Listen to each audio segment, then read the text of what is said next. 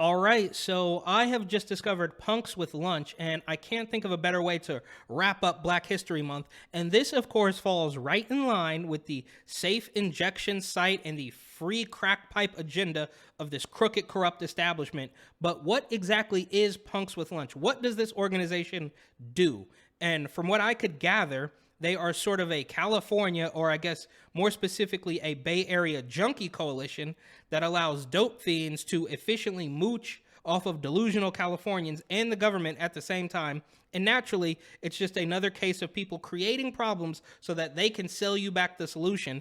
And I can almost be certain that Punks with Lunch has their own brand of corruption independent of the California politicians or the federal government for that matter. But let's take a look at the website and see what Punks with Lunch has to offer. So first up, our mission.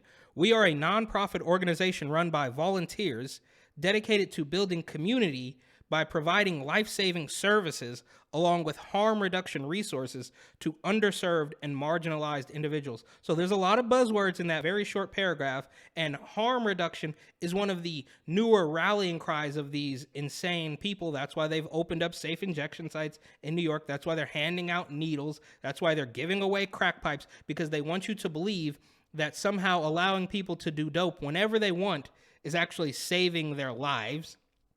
And this whole thing about underserved and marginalized, yeah, I'm sure it is. This is deep in the hood. I can't imagine that they're going to Beverly Hills or Martha's Vineyard to help hand out free, clean needles or whatever it is. This is an absolute disgrace. But here we are. Up is down, left is right, inside is outside. I don't know. Man is woman. The list goes on. What do we do? So we have this photo here of them cleaning up all the needles from which they had given out for free. So, like I said, they create the problems and then pretend that they're the only people that can solve the problem that they started. Anyways, syringe access services to one fixed site and mobile outreach to multiple curbside communities in West Oakland. So there you have it. We're going to give out more needles and then we're going to come back and clean them up, because when you guys are all high as a kite, you obviously don't, properly dispose of the needles. Basic food and basic necessities are provided at each needle exchange and mobile outreach. So I'm sort of guessing that when a junkie comes crawling in to get a brand new clean needle, he's not really looking for lunch. He's looking for another, hit of dope, and he's probably trying to keep his lunch down from withdrawals anyway. But whatever, give the guy a bowl of soup or some crackers or something. It's all absolute nonsense. I'm sure there's some sort of money laundering going on. We get $5 million a year and we give out 6 needles a day, and where does the rest of the money end up? Now, that's just all speculation on my part, so don't quote me on that. I'll move on.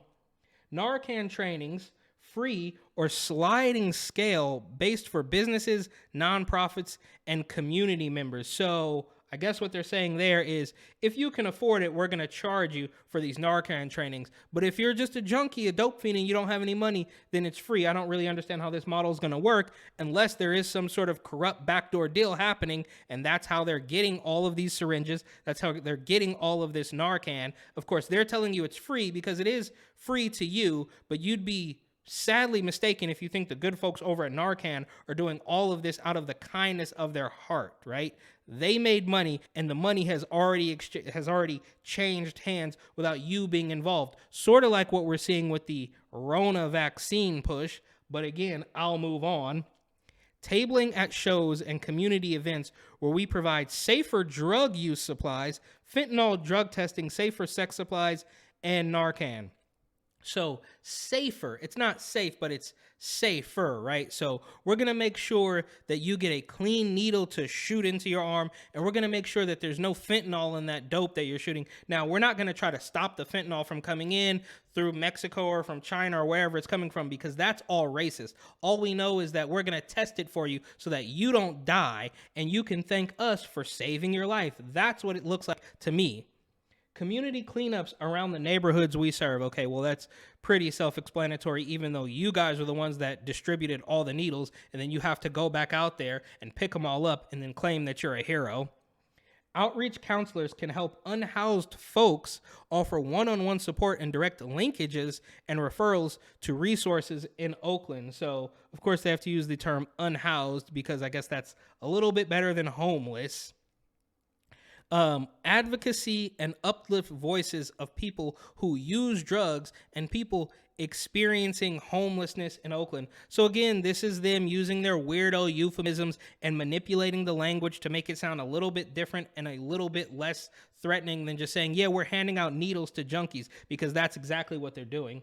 How to support. And then you have this woman here, basking in the glory of this Narcan. And again, if you think for one split second that the good folks over at Narcan are doing this all for free out of the goodness of their heart, I think you'd be mistaken. So of course, it's free to you, but the deal has already been done, and that's why they are so adamant in making sure that everybody has Narcan and that you test your dope for fentanyl, because just saying, hey, maybe don't do drugs is not benefiting them at all. And I've said it for a very long time. You can scroll back through months of my videos, years even, and I said a long time ago that I think these California politicians have a hand in the drug trade. Why do they love sanctuary cities? Why do they love safe injection sites? Why do they let junkies sleep outside of the BART station all over the Bay Area? It's because it works in their benefit, but I'll move on. Look out for shows we book to help fund our programs. Absolutely not. I do see the word adrenochrome there, so maybe they're mildly based. I don't know. Now the flyer's rotating, so I don't know what that's all about. I'm definitely not going to pay $5 to $20 to go to one of their junkie shows. That's completely out of the question.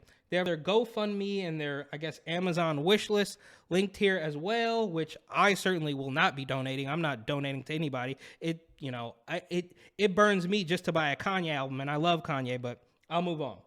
Where to find us? Okay, Sundays. So they give the sites as where to go when you need to get a new needle or some basic and menstrual hygiene supplies. And here's my favorite part.